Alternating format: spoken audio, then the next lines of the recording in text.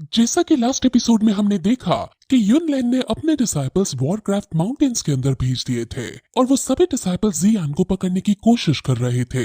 जियान अपने मास्टर के साथ था और वो उन सभी डिसाइपल से बचते हुए आगे भाग रहा था। वहीं दूसरी तरफ हम जियामा एम्पायर के सभी बड़े एल्डर्स, अल्केमिस्ट कॉन्फ्रेंस के प्रेसिडेंट और आइस एम्परर के साथ बाकी सभी बड़े लोगों को देखते हैं जो एक कॉन्फ्रेंस रूम में थे और वो सभी यूनसेक के बारे में बातें कर रहे थे। इस कॉन्फ्रेंस के अंदर सभी लोग जियान की मदद करना चाहते थे, लेकिन जियान की मदद करने का मतलब था कि वो लोग यूनसेक के खिलाफ जा रहे हैं। उनको अब पता है कि अब यूनसेक उनके खिलाफ युद्ध छेड़ने वाला है।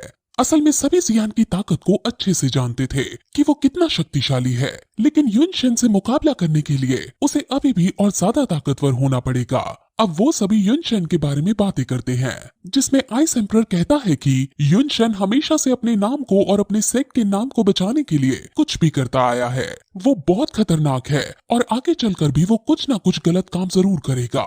इसलिए अभी हमें सभी एम्पायर्स को एक करके यूनसेक के खिलाफ आवाज उठानी ही होगी। लेकिन आइस एम्परर की इस बात से उसके सबसे जिगरी दोस्त को ये बात सही नहीं लगती और वो कहते हैं कि कुछ भी डिसीजन लेने से पहले हमें एम्परर के बाकी एल्डर्स की राय जाननी चाहिए, क्योंकि ऐसा हो सकता है कि वो सभी यूनसेक से डरकर यूनसेक के खिलाफ बगावत करने के लिए राजी ना हो। अब आइस एम्परर और उनके बीच बहस हो जाती है और आइस एम्परर कहता है कि अगर हमने अभी भी कुछ ना किया तो यूनसेक इस एम्पायर को तबाह कर डालेगा। अब आइस एम्परर गुस्सा होकर वहां से सभी को छोड़कर चले जाते हैं और अब इस कॉन्फ्रेंस के अंदर भी दो पक्ष बन जाते हैं। कुछ लोग जियान की मदद करना चाहते थे और आइस एम्परर भी उनमें से एक थे, और कुछ लोग यूनसेक के खिलाफ दुश्मनी मोल नहीं लेना चाहते थे, इसलिए वो इस बात का विरोध कर रहे थे।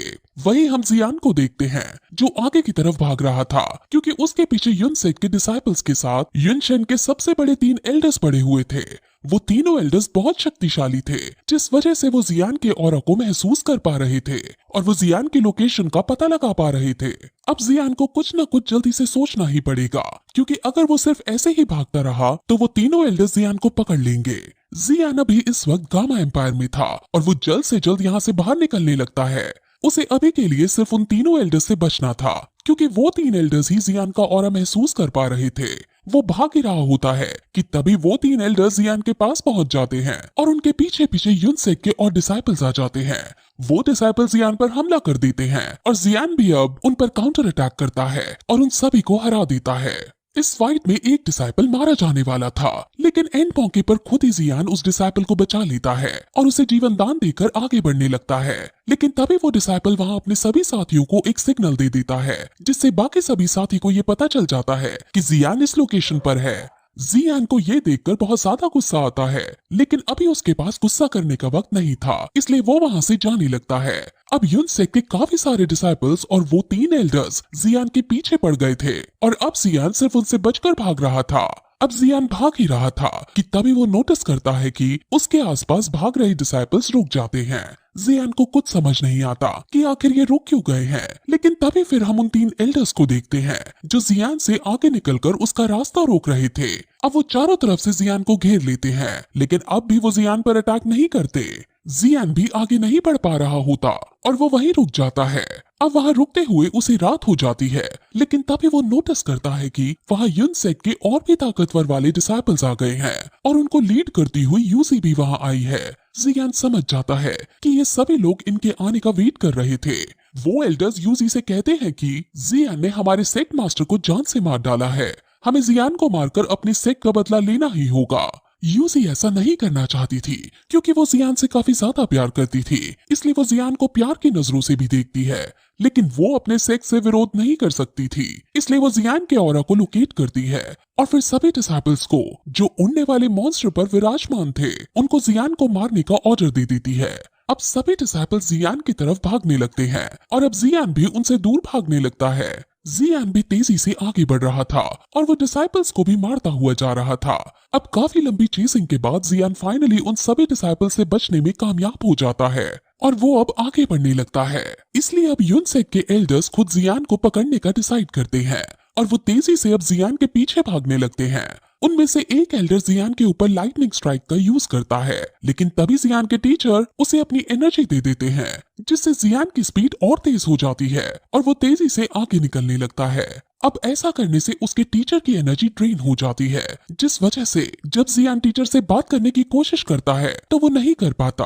अब जियान को भी फिर गुस्सा आ जाता है और वो अब बहुत तेजी से आगे बढ़ता है और खाई के नीचे जाकर पहले क्वीन मेडुसा को अपने साथ वापस लेता है। वो एल्डर्स जियान को किसी भी कीमत पर पकड़ना चाहते हैं क्योंकि वो खाली हाथ अब यून सेट के अंदर नहीं जा सकते हैं। वो अब जियान को भड़काने का डिसाइड करते हैं और जियान से कहते हैं कि जिस रात तुम्हारे पापा पर हमने अटैक किया था उस टाइम हम तीनों भी वहां मौजूद थे और हमने तुम्हारे पापा की मौत का खूब आनंद लिया था। तुम्हारे पापा की हमने एक एक करके हड्डी तोड़ी थी और तुम्हारे पापा बिलक बिलक कर रोते रोते कह रहे थे कि हमें जाने दो, लेकिन हमने उन्हें फिर भी नहीं जाने दिया।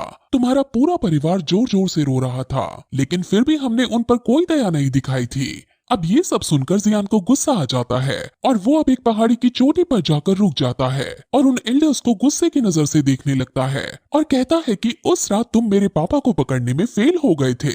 लेकिन एल्डर्स उसे कहते हैं कि क्या हुआ अगर हम तुम्हारे पापा को जान से नहीं मार पाए। हमने तुम्हारे पापा को अधमरी हालत में कर दिया था और अब तुम्हें मारने के बाद हम उन्हें ढूंढकर और तुम्हारे साथ साथ फिर उन्हें भी हम मौत के घाट उतार देंगे।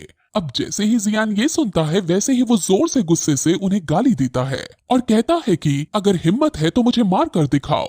ये कहते ही वो एल्डर जियान की तरफ आगे आने लगते हैं, लेकिन जियान भी अब डरता नहीं है और वो भी उनकी तरफ बढ़ने लगता है। लेकिन तभी हम देखते हैं कि क्वीन मेडुसा के ऑर्डर पर माउंटेन्स के सबसे खतरनाक और ताकतवर मॉन्स्टर यहाँ आ गए हैं और वो सभी इन तीनों डिसाइपल्स पर हमला करने लगते हैं। ये मॉन्स्टर्स इतने ज्यादा शक्तिशाली थे कि ये अलग अलग टेक्निक्स का यूज करके एल्डर्स पर हमला करने लगते हैं और अब एल्डर्स को काफी मुश्किल होने लगती है और अब जियान उन तीनों एल्डर्स को जान से मारने का डिसाइड करता है और वो अपने अंदर एक खास तरह की एनर्जी को समन करता है, जिसके बारे में हमें आगे वाले एपिसोड में पता चलेगा, क्योंकि ये एपिसोड इस तरह यहीं खत्म हो जाता है।